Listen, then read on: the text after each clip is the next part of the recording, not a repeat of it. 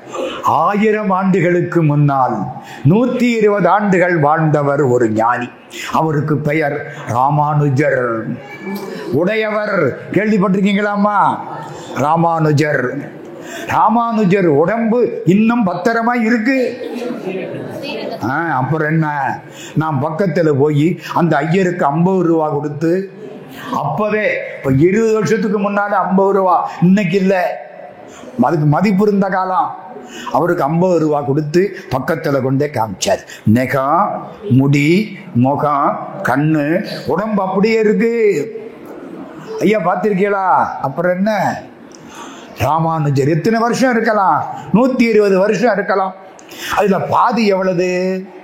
60. அதனால 60 வயசு ஆன உடனே நம்ம இதை ஏன் கொண்டாடுறோம் தெரியுமா? இதுவரைக்கும் நம்ம உழைச்சோம், பணம் சம்பாதிச்சோம், நல்ல காரியங்களுக்கு முடிஞ்ச அளவுக்கு ஏதோ ஏதோ நமக்கு நம்ம சம்பாதிக்கிற போது என்ன பண்றது, கொஞ்சம் கொஞ்சம் கொடுத்தோம். இப்ப 60 ஆச்சா, கடவுள் நல்லா வச்சிருக்காரா, இனிமே சமுதாயத்துக்காகவும் கடவுளுக்காகவும், ஏன் நம்முடைய பிற்கால இறந்ததுக்கு பின்னால் கிடைக்கக்கூடிய நிம்மதிக்காகவும் அறச்செயல்களை செய்ய வேண்டும். அதுக்காகத்தான் 60 கொண்டாடுறது. இந்த 60 குடும்பத்துக்கு, பொண்டாட்டிக்கு, பிள்ளை குட்டி எல்லாம். அடுத்த 60 நம்ம நல்ல வழி போறதுக்கு. அதனால அவருக்கு இன்னொரு பட்டம் கொடுத்திருக்காங்க, பாத்தீங்களா? அது என்ன பட்டம்? அரமண செம்மல். நான் அதுக்குத்தான் பத்திரமா இதை தூக்கிட்டு வந்தேன், விட்டுறக்கூடாதுன்னு.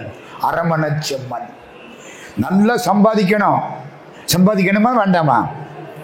திருவள்ளுவர் சொல்றார், செய்க பொருளை, செய்க பொருளை, பணத்தை சம்பாதிக்கணும். எதுக்கு? நல்ல காரியங்களுக்கு பயன்படுத்துறதுக்கு. அதுக்காகத்தான் பொருளை நல்லா ஈட்டணும். அவர் அந்த மாதிரி நிறைய செல்வத்தை ஈட்டி அதை நல்ல செயலுக்கு பயன்படுத்துகிறார். ஐயா இப்பதான் 60, பாதி இன்டர்வல் விட்டுருக்கு, இன்னும் பாதி படம் பாக்கி இருக்கு. எஞ்சிய 60 ஆண்டு காலம் நீங்கள் குடும்பத்தாருடன், சமுதாயத்துடன், இந்த நாட்டு மக்களுடன் பல்லாண்டு பல்லாண்டு, பல்லாயிரத்தாண்டு, பல கோடி நூறாயிரம் மல்லாண்ட தென்தோள் மணிவண்ணன் அருளால் பொருந்திய தேசம் புகழும் பொறையும் திருந்திய இன்பமும் செல்வமும் சேர பல்லாண்டு வாழ்க என்று மீண்டும் வாழ்த்துகிறேன். நீ வந்த உடனே ஒண்ணு பார்த்தேன், என்ன தெரியுமா? அந்த ஆட்சியை தமிழ்னு கூப்பிட்டாரு. எப்படி நீங்க எல்லாம் கூப்பிட முடியுமா? நம்ம வீட்டு ஆட்சிக்கு என்ன முதல்ல பேர் வச்சிருக்கோம், புரியுதா? எப்படி ஆட்சி சரிதானா? எப்படி கூப்பிட்டாரு? தமிழ்னு அர்த்தம் தெரியுமா? சொல்லுங்க. தமிழுக்கும் அமுதென்று பேர், அந்த தமிழின்ப தமிழெங்கள் உயிருக்கு நேர். தமிழ்னா அமுதுன்னு அர்த்தம், தமிழ்னா இன்பம்னு அர்த்தம். புரியுதா? இனிமே தமிழேன்னு கூப்பிட்டா அந்த ஆட்சி வைக்கப்படும். புரியுதா? இது வரைக்கும் வைக்கப்படல. என்னையா? அப்படித்தான் இருக்கணும். கணவன் மனைவி 2 கண்ணு மாதிரி. அம்மா, இந்த கண்ணு கணவன், இந்த கண்ணு மனைவி. ரெண்டையும் தனித்தனியா பார்க்க முடியுமா? வலது கண்ணால இந்த பக்கம் பார்க்கிறேன், இடது கண்ணால அந்த பக்கம் பார்க்கிறேன், முடியாது. 2 கண்ணு ஒரே மாதிரி பார்க்குதா இல்லையா? ராமகிருஷ்ண பரமஹம்சர்னு ஒருத்தர் இருந்தார், கேள்விப்பட்டிருக்கீங்களா? எந்த ஊர்ல இருந்தார்? ஊரே சொல்லுங்க. மேற்கு வங்காளம், கல்கத்தா. இன்னும் பக்கத்துல வாங்க, தட்சிணேஸ்வரம். நான் 3-4 முறை போயிருக்கேன். இங்கே கல்கத்தா போற போதெல்லாம் அங்க போயிட்டு வருவேன். தட்சிணேஸ்வரம். ராமகிருஷ்ண பரமஹம்சர். அவர் மனைவி பேர் தெரியுமா? ஆகா, பரவாயில்லையே, சாரதா தேவி. அவருடைய மாணவருக்கு பேரு சுவாமி விவேகானந்தர். ஒன்னு சொல்றேன், புருஷன் பொண்டாட்டி எப்படி இருக்கணும் அப்படிங்கிறதுக்கு இந்த ராமகிருஷ்ணரும் சாரதையும் ஒரு எடுத்துக்காட்டு. கல்கத்தாவில் பக்கத்துல தட்சிணேஸ்வரம், கங்கை ஓடும். கங்கைக்கு இக்கரையில தட்சிணேஸ்வரம், அக்கரையில ராமகிருஷ்ண மடம். இக்கரையில தட்சிணேஸ்வரத்துல ஒரு காளி கோயில். இந்த காளி கோயிலுக்கு முன்னால 11 சிவலிங்கம். அதுக்கு அடுத்தாப்புல கங்கை ஓடுது. நம்ம ராமகிருஷ்ணர் இருந்த இடம் ஒரு சின்ன குடில். அதுல அந்த அம்மா இருந்தாங்க. எந்த அம்மா? சாரதாமணி தேவியார். ராமகிருஷ்ணருக்கும் சாரதைக்கும் வயசு வித்தியாசம் தெரியுமா? ராமகிருஷ்ணருக்கு 25 வயசு, சாரதைக்கு 5 வயசு. கல்யாணம் பண்ற போது சாரதைக்கு எத்தனை வயசு? ஏமா உனக்கு என்ன வயசாகுது? இந்த பொண்ணு யோசிக்குது, நமக்கு 5 ஆயிடுச்சேன்னு. சாரதாமணி தேவியாருக்கு 5 வயசு, பகவான் ராமகிருஷ்ணருக்கு 25. பொண்டாட்டியை தூக்கி இடுப்புல வச்சுக்கலாம். இந்த வாய்ப்பு உங்களுக்கு எல்லாம் கிடைக்குமா? பகவான் ராமகிருஷ்ணர் 5 வயசு பொண்ணுங்க. கேளுங்க வேடிக்கைய. கொஞ்ச காலம் ஆச்சு, பொண்ணு பெரிய பொண்ணாச்சு. அங்க போய் பார்த்தது ராமகிருஷ்ணர் என்ன தெரியுமா கேட்டார்? அம்மா, நான் உங்களோட குடும்பம் நடத்த தயார். ஒரு வருஷத்துக்கு 2 பிள்ளை பெற்றுக்குவான். சரி, ஒத்துக்கிறியா? இல்ல, நான் காளி மாதாவை பூஜை பண்றேனே, என்னுடைய மனசு பூரா ஆன்மீகத்தில் ஈடுபட்டு போச்சு. இந்த இல் வாழ்க்கையில எனக்கு விருப்பம் இல்லை, ஆனால் உனக்காக நான் தயாராகியிருக்கிறேன். நீ சொன்னா இல் வாழ்க்கையில் ஈடுபட நான் தயாராகியிருக்கிறேன். நீ எனக்கு துணையாய் இருப்பாயா, தடையாய் இருப்பாயா? என்னம்மா, துணையா தடையா? அந்த பொண்ணு சாரதை கிட்டத்தட்ட 18 வயசு இருக்கு அவளுக்கு, அதோட கம்மி. அழகா சொன்னாள், உங்களுக்கு நான் துணையாய் இருப்பேன், தடையாய் இருக்க மாட்டேன். அப்படின்னா என்ன அர்த்தம்? உலக மக்கள் மாதிரி கல்யாணம் காட்சி பண்ணிக்கிட்டு ஒரு வருஷத்துக்கு ஒரு பிள்ளை, ஆண்டொன்று போனால் வாண்டு 2 தோன்றும், அதெல்லாம் கிடையாது. கல்யாணத்தன்னைக்கு அவ கையை தொட்டதோட சரி. அப்படியே அவள் என்ன சொன்னா, உங்களுக்கு நான் துணையாய் இருக்கிறேன். அப்படியே அவளை தூக்கி மேஜையில வச்சாரு, பூஜை ஆரம்பிச்சுட்டாரு. நீதான் காளி மாதா. நீ யாரு? என் மனைவி அல்ல, நீ காளி மாதா. எல்லாமாய் இருக்கக்கூடிய பராசக்தி நீ காளி மாதா. அந்த பொண்ணு காளி மாதாவினுடைய ஆற்றலை பெற்றது. இந்த புருஷனும் பொண்டாட்டியும் இருங்க, ஒன்னு சொல்லிவிடுறேன். கல்கத்தா தட்சிணேஸ்வரம் ராமகிருஷ்ண பரமஹம்சர் இங்கே உட்கார்ந்து இருக்கார். அந்த அம்மா சாரதை அந்த ஓரத்துல உட்கார்ந்து இருக்காங்க. அங்க இருந்து ஒரு சேட்டு வந்தான் 1880. எத்தனை வருஷம் ஆச்சு? 140 வருஷத்துக்கு மேல ஆச்சு. 1880 ஒரு சேட்டு வந்தான். 10,000 ரூபாய் பணம் கொண்டாந்த. அம்மா, 1880 10,000 ரூபான்னா அதை வெங்கடாச்சலம் செட்டியார்கிட்ட கொடுத்தா இது மாதிரி 3 கட்டடம் கட்டி விடுவார். 1880 10,000 ஐயா, இன்னைக்கு இல்ல. சேட்டு கொண்டாராம். ராமகிருஷ்ண பரமஹம்சர் கம்பீரமா உட்கார்ந்து இருக்கார். சேட்டு வந்தா, காலில் விழுந்தா, சாமி இந்தாங்க 10,000. எதுக்கு? நீங்க உங்க வேட்டியை நல்ல புது வேட்டியா வாங்கிக்கிடுங்க, இந்த பெட்டை மாத்துங்க, இந்த இடத்துக்கெல்லாம் பெயிண்ட் அடிங்க, செலவுக்கு வச்சுக்கிடுங்க. நம்மளா இருந்தா என்ன சொல்லுவான்? தேங்க்யூன்னு வாங்கி பையில சொல்லி இருப்போம். இது பகவான் ராமகிருஷ்ணர். எனக்கு என்னத்துக்கு பணம்? நான் பணத்தை தொட மாட்டேன். ஆமாம்மா, கடைசி வரைக்கும் பணத்தை தொடாத ஒரு ஞானி ராமகிருஷ்ணர். ஒரு முறை விவேகானந்தர் என்ன பண்ணார் தெரியுமா? இந்த ராமகிருஷ்ணரை சோதிக்கணும்னு 1 ரூபா நாணயத்தை அவர் படுத்திருக்கிற பெட்டுக்கு கீழே வச்சுட்டார். பெட்டை விரிச்சிட்டார். ராமகிருஷ்ணர் படுத்தார். ஏய், என்னமோ குத்துதா, என்னமோ குத்துதே. சாமி ஒண்ணும் இல்லை, படுங்க. இல்லடா, என்னமோ குத்துது, எடுத்து பாரு. எடுத்து பார்த்தா 1 ரூபா. தூக்கி எறி. தூக்கி போட்டாச்சு. படுத்தாரு. இப்ப நல்லா இருக்கு. நம்மளுக்கு எவனாவது பெட்டுக்கு கீழே 1 ரூபா வச்சா கஞ்ச பயலுக ஒரு 500 ரூபா வைக்கப்படாதா? 1 ரூபா வச்சிருக்காங்க. அதான் நமக்கு ராமகிருஷ்ணருக்கு உள்ள வித்தியாசம். பணத்தை கையாலும் தொடாதவர், அப்படிப்பட்டவர். அவன் சேட்டு எவ்வளவு ரூபா கொடுக்கறான்? 10,000 ரூபா. ஒரு 100 ரூபா கட்டு. அந்த காலத்து 100 ரூபா கொஞ்சம் பெருசா இருக்கும், பார்த்திருக்கீங்களா? அது பெருசா அகலமா இருக்கும். இன்னைக்கு அதெல்லாம் இருந்தா அதுக்கு மதிப்பு ஜாஸ்தி. பழைய 100 ரூபா ஒரு கட்டு கொடுக்கறான். வேண்டாம்னுட்டாரு. சேட்டு என்ன பண்ணா, அம்மாட்ட வந்தான். யார்கிட்ட? சாரதாமணி. நல்லா கேட்குறீங்க, சந்தோஷம். சாரதாமணி தேவியார்கிட்ட வந்தான். அம்மா, இந்த பணத்தை வாங்கிக்கிடுங்க. நம்ம வீட்டுக்காரியா இருந்தா என்ன சொல்லியிருப்பா? Thank you, I think this is the first instalment. அப்படித்தானே நம்மளா இருந்தா சொல்லியிருப்போம். சாரதாமணி என்ன சொன்னாங்க தெரியுமா? ஏன்பா இந்த பணத்தை வாங்கி நான் என்ன செய்ய போறேன்? அவருக்கு தானே செலவழிக்க போறேன். எப்போ அவரு வேணாம் பண்ணிட்டாரோ இந்த பணத்தை வச்சு நான் என்ன பண்றது? எடுத்துக்கிட்டு போ. என்னடா இப்படி ஆகி போச்சு இந்த குடும்பம். எல்லாம் வேணும்னு கேட்பாங்க, இது வேணாமுங்குது. அந்த பக்கம் வந்தான் ராமகிருஷ்ணனுடைய அம்மா, 85 வயசு, படுத்த பழம், கிளவி கீழே உட்கார்ந்து இருக்கு. தாயி என்ன, இந்த அங்க 10,000 ரூபாய் பணம் இருக்கு, வாங்கிக்கிடுங்க. அந்த அம்மா, எனக்கு எதுக்குடா பணம்? இந்த சேலை கிடைக்குது, சோறு கிடைக்குது, போதும், எனக்கு என்னத்துக்கு பணம்? எனக்கு வேண்டாம். தாயி, நான் கொண்டாந்துட்டேன், ஒரு 5,000ஆவது வாங்கிக்கிடுங்க. வேணாம் தாயே, சொல்லக்கூடாது, ஒரு 1000ஆவது வாங்கிக்கிடுங்க. வேண்டாம். காலில் விழுந்து அழுதுட்டேன். இந்தா, நீ சொன்னதுக்காக அரையணா கொடு. அரையணாம்மா 3 பைசா அந்த காலம். அரையணா கொடு. 6 பைசாவா? இப்ப 6 பைசா. அரையணா கொடு. நான் ஜலதோஷம் வந்தா பொடி வாங்கி போட்டுக்குவேன், ஒரு அரையணா கொடு, போதும். அவன் சொன்னான், இப்படி தாய் வயிற்றுலதான் இப்படி ராமகிருஷ்ணர் பிறக்க முடியும். புரியுதா? கணவனும் மனைவியும். இன்னும் ஒன்று சொல்லிவிடவா? கல்கத்தாவில இருந்து 10 பேர் வந்தாங்க, ராமகிருஷ்ணரை கும்பிட்டாங்க. சாமி, கல்கத்தாவுக்கு வாங்க, நல்லா வர்றேன் அப்படின்ட்டாரா. உடனே அவங்க என்ன சொன்னாங்க? அம்மாவையும் கூட்டிக்கிட்டு வாங்க. ஒரு வீட்டுக்கு கூப்பிட போறோம்மா, ஐயாவை கூப்பிடுறோம். அந்த அம்மா பக்கத்துல இருக்கு. அம்மா, நீங்களும் வாங்கன்னு கூப்பிடணுமா வேண்டாமா? அவர் மரியாதை இல்லையா?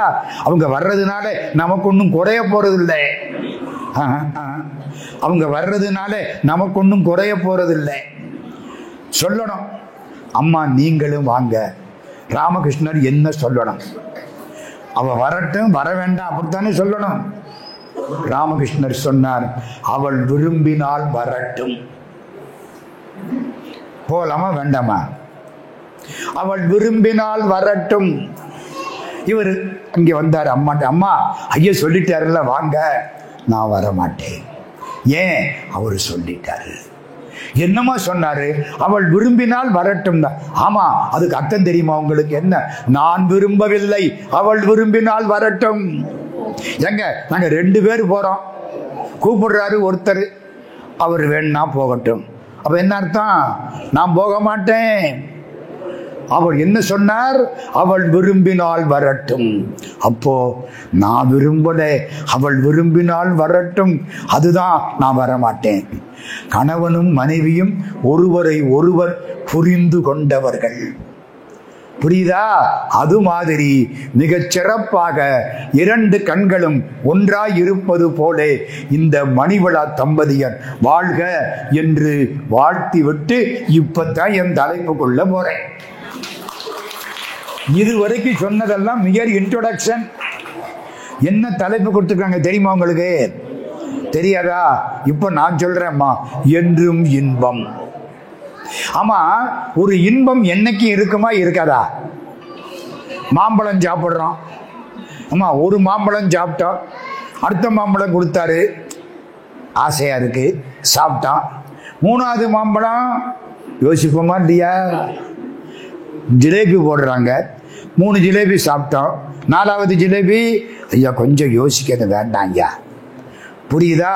எந்த இன்பமும் ஒரு காலத்துக்கு அப்புறம் திகட்டி போயிடும், விட்டுருவான். ஆனால் ஒன்னே ஒன்று என்றும் இன்பம். எது என்றும் இன்பம்? இதுதான் இன்னைக்கு தலைப்பு. எது என்றும் இன்பம். நான் ஒரு 5 நிகழ்ச்சி சொல்ல போறேன், நல்லா கேட்டுங்க. அது சொல்லி முடிச்சா நம்ம பேச்சு முடிஞ்சு போச்சு, நீங்கள்லாம் சாப்பாட்டுக்கு போயிடலாம். 5 நிகழ்ச்சி.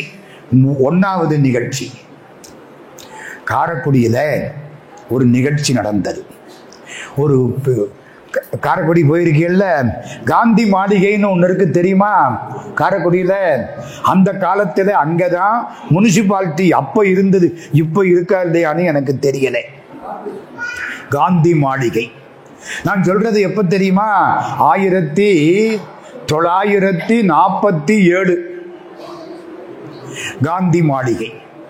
காந்தி மாளிகையை திறக்க வந்தவர் Rajaji, Rajagopalachariar, first Indian governor general. திறந்து வைக்கிற பொழுது ராஜாஜி என்ன சொன்னார் தெரியுமா? இவ்வளவு பெரிய மாளிகை, அரண்மனை மாதிரி இருக்கு, இதுல ஒரு கல்லூரி கட்டலாம், இதுல ஒரு பெரிய ஆஸ்பத்திரி வைக்கலாம், இதை போய் மாநகராட்சிக்கு செலவழிக்கணுமா, இவ்வளவு பெரிய இடத்தை பயன்படுத்தணுமான்னு பேசிட்டு போயிட்டாரு. இது எப்போ? 1947 நடந்தது. 1947 ஜூலை மாசம் 7ஆம் தேதி. எப்போ?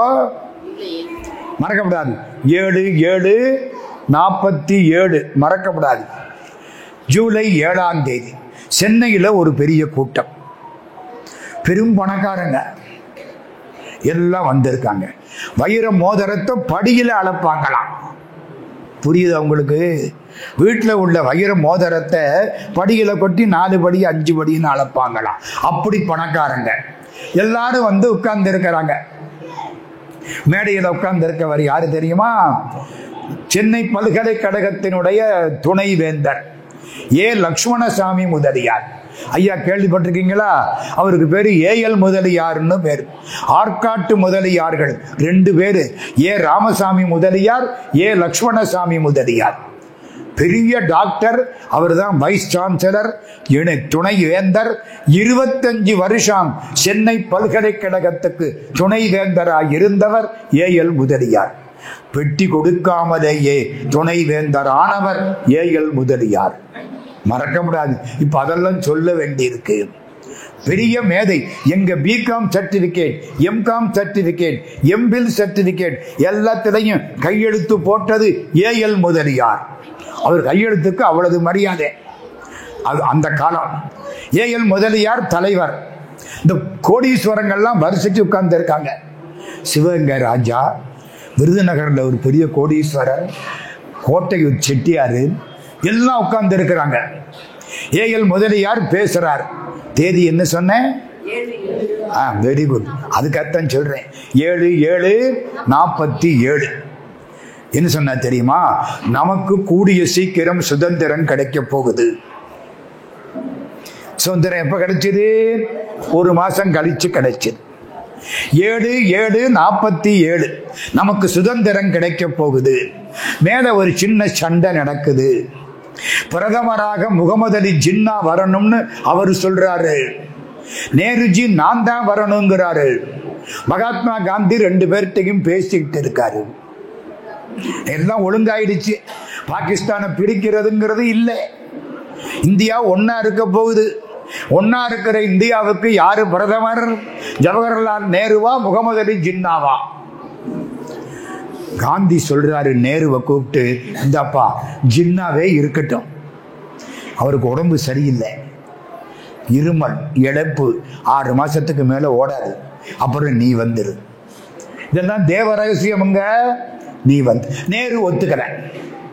இருந்துட்டா என்ன பண்றது? நம்ம சில பேர் அப்படித்தான் நினைப்போம். அவன் நம்மளை தூக்கி விட்டுறான். நமக்கு அப்புறம் தான் புரியும் கடவுள் போட்ட முடிச்சுன்னு. மாட்டேன்ட்டாரு. அங்க பேச்சு நடந்துகிட்டு ஜின்னா சொல்லிவிட்டாரு. அப்படின்னா பிரி, அப்படின்னா இந்தியாவை பிரி. கடைசியில என்ன ஆச்சு?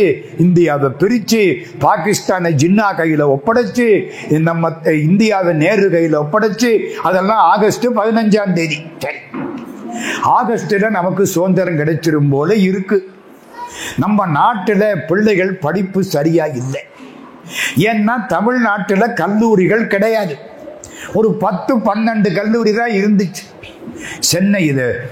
சென்னைக்கு இந்த பக்கம் வாங்க, திருச்சின்னு எடுத்துக்கிட்டா சென்ட் ஜோசப்ஸ் காலேஜ் பழைய கல்லூரி, மதுரைன்னு எடுத்துக்கிட்டா அமெரிக்கன் காலேஜ், மெஜுரா காலேஜ். அப்போ அவ்வளவு தியாகராஜெல்லாம் கிடையாதுங்க. எல்லாம் 47க்கு அப்புறம். காரைக்குடியில கல்லூரி இல்லை, கோட்டையூர்ல இல்ல, பள்ளத்தூர்ல இல்ல, சிவகங்கையில இல்ல, சாத்தூர்ல இல்ல, விருதுநகர்ல இல்ல, தென்காசியில இல்ல, ராஜபாளையத்துல இல்ல. இங்க எல்லாம் கல்லூரி கிடையாது. நம்ம பிள்ளைகள் படிச்சு நல்லா இருக்கணும்னா கல்லூரி கட்டணும். நீங்க எல்லாம் பணக்காரங்க, ஆளுக்கு ஒரு கல்லூரி கட்டணும். எப்படி இருக்கு? வீடு கட்டுறதை விட கல்லூரி கட்டுறது பெரிய வேலை இல்லையா? ஆளுக்கு ஒரு கல்லூரி கட்டணும். முதல்ல கோட்டையூர் செட்டியார் ஒருத்தர் உட்கார்ந்து இருந்தார். எந்திரிச்சார். நான் காரைக்குடியில் ஒரு கல்லூரி கட்டுகிறேன். முதல்ல பிள்ளையார் சொல்லி போட்டது யாரு? கோட்டையூர் செட்டியார். தெரியுதா யாருன்னு? நான் காரைக்குடியில் கல்லூரி கட்டுகிறேன். இரண்டாவது சிவகங்கை மகாராஜா, நான் சிவகங்கையில் ஒரு கல்லூரி கட்டுகிறேன். மூணாவது விருதுநகர் கோடீஸ்வரர் MSP ராஜா, நான் விருதுநகரில் ஒரு கல்லூரி கட்டுகிறேன். மடமடன்னு 3 காலேஜ். இப்ப AL முதலியார் கேட்கிறார் விருதுநகர்காரரை பார்த்து, MSP ராஜா நீங்க கல்லூரி எந்த வருஷம் கட்டுவீங்க? அடுத்த வருஷம் தான் கட்ட முடியும். ஆமா, 1 வருஷம் ஆகுமல்லம்மா.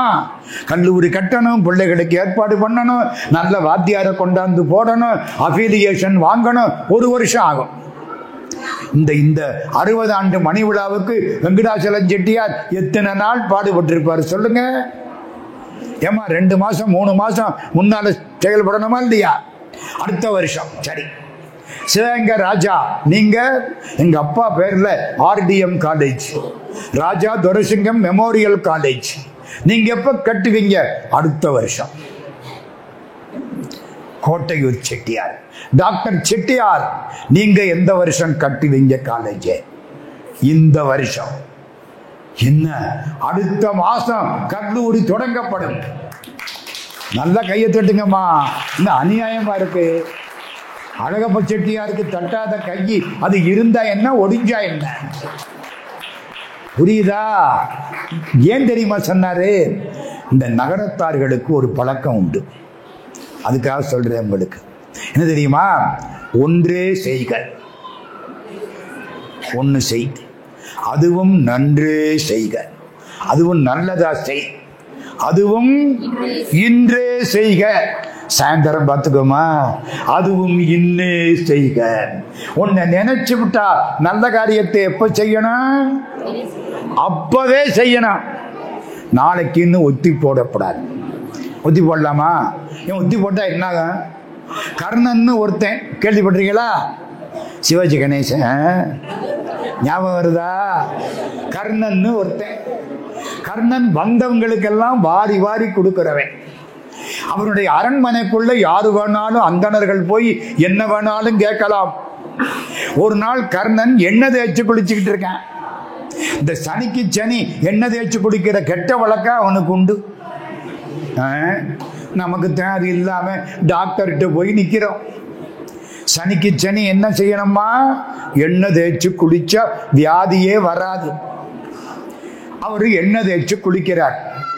கையில எண்ணெய் கிண்ணம், பின்னால மனைவி இந்த வெந்நீர் தலையில ஊத்துறதுக்கு மனைவி அப்படி நிக்கிறா.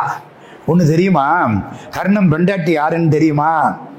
ராஜகுமாரி, ராஜா விட்டு பொண்ணு. ராஜா கர்ணனுக்கு பொண்ணு கொடுக்க மாட்டேன்னா, என்ன இவன் தேரோட்டி மகன், தேரோட்டி மகனுக்கு நான் பொண்ணு கொடுக்க மாட்டேன், சக்கரவர்த்திக்கு தான் நான் பொண்ணு கொடுப்பேன். துரியோதனன் போய் சண்டை போட்டு பொண்ணை தூக்கிட்டு வந்து கல்யாணம் பண்ணிவிட்டேன். அந்த காலம் அவளுக்கு உள்ளுக்க உறுத்திக்கிட்டே இருக்கு. ஒரு ராஜாவுக்கு வாழ்க்கப்படாம ஒரு தேரோட்டிக்கு வாழ்க்கப்பட்டுட்டோமே, லேசா லேசா. இப்போ ஒரு அந்தணர் வர்றாரு, ரொம்ப சந்தோஷம். எங்க நிறுத்தினா? கர்ணன் எண்ணெய் தேய்ச்சி குளிச்சுக்கிட்டு இருக்கான். இவ்வளவு நேரம் கையில வெள்ளி கிண்ணம் வச்சிருந்தான். இந்த வந்து கேட்ட பிராமணருக்கு இடது கையினால வெள்ளி கிண்ணத்தை கொடுத்து விட்டான். கொடுக்கலாமா? பின்னால பெண்டாட்டி நிக்கிறா ராஜகுமாரி. பார்த்தால் ஒருத்தனுக்கு கொடுக்கறதா இருந்தா வலது கையினால இல்ல கொடுக்கணும். நீங்க என்ன இடது கையினால கொடுக்கறீங்க? அதெல்லாம் சத்திரியனுக்கு இல்ல தெரியும்னா. சத்திரியன்னா யாரு? ராஜா. நீ ராஜா இல்லைன்னு அர்த்தம். ஒரு குத்து குத்துறா, அதெல்லாம் சத்திரியனுக்கு இல்ல தெரியும். இந்த குத்துறது அப்பவே ஆரம்பிச்சிருச்சு. சத்திரியனுக்கு இல்ல தெரியும். இவன் சொன்னா, ஆமாம்மா இடது கையினால கொடுக்கப்படாது, வலது கையினால தான் கொடுக்கணும். அது வலது கையினால கொடுக்கணும்னு மாத்துறதுக்குள்ள புத்தி மாறி போச்சுன்னா இவனுக்கு எதுக்கு வெள்ளி கிண்ணமா கொடுக்கணும்? ஒரு 100 ரூபாய் கொடுத்தா பத்தாதா? 100 ரூபாய் எடுக்க போற பொழுது 100 கொடுக்கணும், 50 கொடுத்தா பத்தாதா? கடைசி கைக்கு 5 ரூபாய் வந்து சேரும். அவனுக்கு கொடுக்கணும்னு நினைச்சா எப்ப கொடுக்கணும்? ஒன்றே செய்க. அழகப்ப செட்டியார் ஞாபகம் வர்றாரா? ஒன்றே செய்க அதுவும் நன்றே செய்க அதுவும் இன்றே செய்க அதுவும் இன்னே செய்க அப்போ என்றும் இன்பம் கிடைக்கும். இருங்க, கதையை முடிச்சு போடுறேன். சொன்னாரா? செஞ்சாரா? சொல்லிட்டார்ல. சொல்றது ஈஸி. அடுத்த மாசம் கல்லூரி தொடங்கப்படும். காரைக்குடிக்கு வந்தாரு. பிள்ளையார்பட்டி கோயில் சா கணேசன் செட்டியார் கூப்பிட்டாரு. சென்னைக்கு போங்க, உடனே கல்லூரி நடத்துறதுக்கு உத்தரவு அப்ளிகேஷன் வாங்கிட்டு வாங்க. அவர் சென்னைக்கு போனார். ஏஎல் மோதியார பார்த்தார். 5 நாள் கல்லூரி தொடங்கலாம். வாங்கிட்டு வந்துட்டார். இப்போ காலேஜ் ஆரம்பிக்கணும். எந்த கட்டடத்தில் ஆரம்பிக்கலாம்?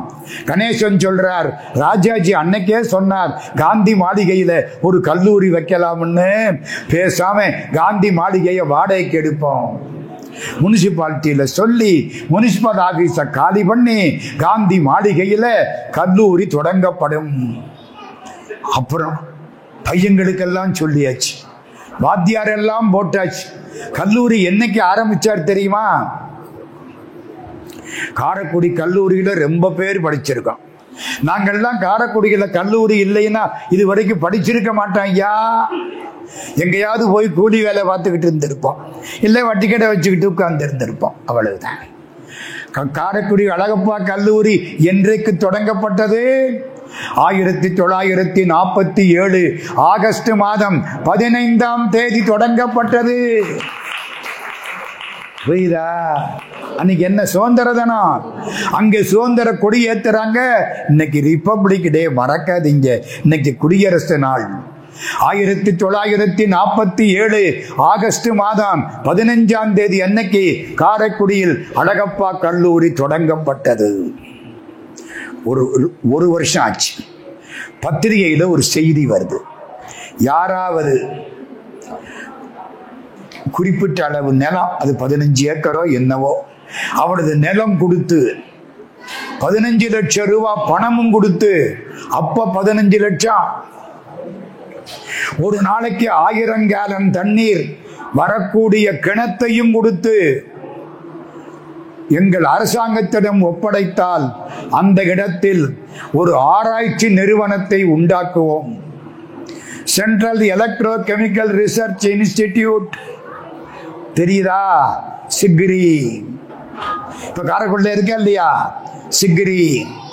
பத்திரிகையில செய்தி. அழகப்ப செட்டியார் சொந்த பிளேன்ல போயிட்டார். சொந்தமா பிளேன் வச்சிருந்தவர் அழகப்ப செட்டியார். பிளேனை ஓட்டுறதுக்கு லைசன்ஸும் வச்சிருந்தவர் அழகப்ப செட்டியார். தெரியுமா? லண்டனுக்கு போய் பைலட் லைசன்ஸ் வாங்கினவர். புறப்பட்டு டெல்லிக்கு போயிட்டார். 1948 ஒட்டின்னு எனக்கு ஞாபகம். டெல்லியில நேரு இல்லை. நேருவுடைய தங்கச்சி விஜயலட்சுமி பண்டிட் அவங்களும் இல்லை. 2 பேரும் காஷ்மீர் போயிட்டாங்க. செட்டியார் அந்த வீட்டில் உட்கார்ந்து இருக்கார். ராத்திரி 12 மணி 2 பேரும் வர்றாங்க. செட்டியாரும் நேருவும் லண்டன்ல கொஞ்ச காலம் ஒன்னா படிச்சவங்க. வந்த உடனே சந்தோஷம் பேசினாங்க. என்ன வேணும்? நேரு கேட்கிறார். செட்டியார் சொல்றார், காரைக்குடியில 15 லட்சம் ரூபாய் பணம் இந்த கொடுத்திருக்கேன், வச்சுக்கிடுங்க. 15 ஏக்கர் நிலம் இந்த இருக்கு, பத்திரம். ஒரு நாளைக்கு 1000 கேலன் தண்ணீர் வரும் அப்படின்னு அந்த கிணத்துக்கு இன்ஜினியர் கொடுத்த சர்டிபிகேட் இந்த இருக்கு. காரைக்குடியில சிக்ரி வரணும். நேத்திக்கு பேப்பர்ல வருது, இன்னைக்கு செட்டியார் 15 லட்சம் கேஷ் கொண்டாந்துட்டாரு. எடுக்க முடியுமா? எடுத்துட்டார். அரண்டு போனாரு நேரு. விஜயலட்சுமி தங்கச்சி, to you know this Chettiar? இவர் யாருன்னு உனக்கு தெரியுமா? தெரியல. He is this socialist capitalist. அம்மா புரியுதா புரியலையா? சோசியலிசம்னா எல்லாருக்கும் எல்லாத்தையும் கொடுக்கணும். கேபிட்டலிசம்னா முதலாளி வச்சுக்கிட்டு தொழிலாளிகிட்ட வேலை வாங்கணும். இவரு சமுதாய நலனை வேண்டக்கூடிய முதலாளி, சமதர்ம முதலாளின்னாராம். இவர் மாதிரி இருக்கிற பணத்தை எல்லாரும் கல்லூரிக்கு கொடுத்து மருத்துவமனைக்கு கொடுத்து எல்லாரும் நல்லா இருக்கிறதுக்கு கொடுத்தா நான் இந்தியாவில் இன்கம் டாக்ஸ் டிபார்ட்மெண்ட்டையே எடுத்து விடுவேன். சொன்னது யாரு? ஜவஹர்லால் நேரு. யாரை பத்தி சொல்லிட்டு இருக்கேன்? டாக்டர் அழகப்ப செட்டியார். நான் 5 சொல்றேன்னு சொல்லியிருக்கேனா? இன்னும் 1 தான் போயிட்டு இருக்கு. கடைசி காலம். செட்டியார் எத்தனை வருஷம் இருந்தார் தெரியுமா? என்னம்மா? 48 வருஷம். 48 வருஷம். 38 வயசுல கல்லூரி ஆரம்பிக்கிறார்.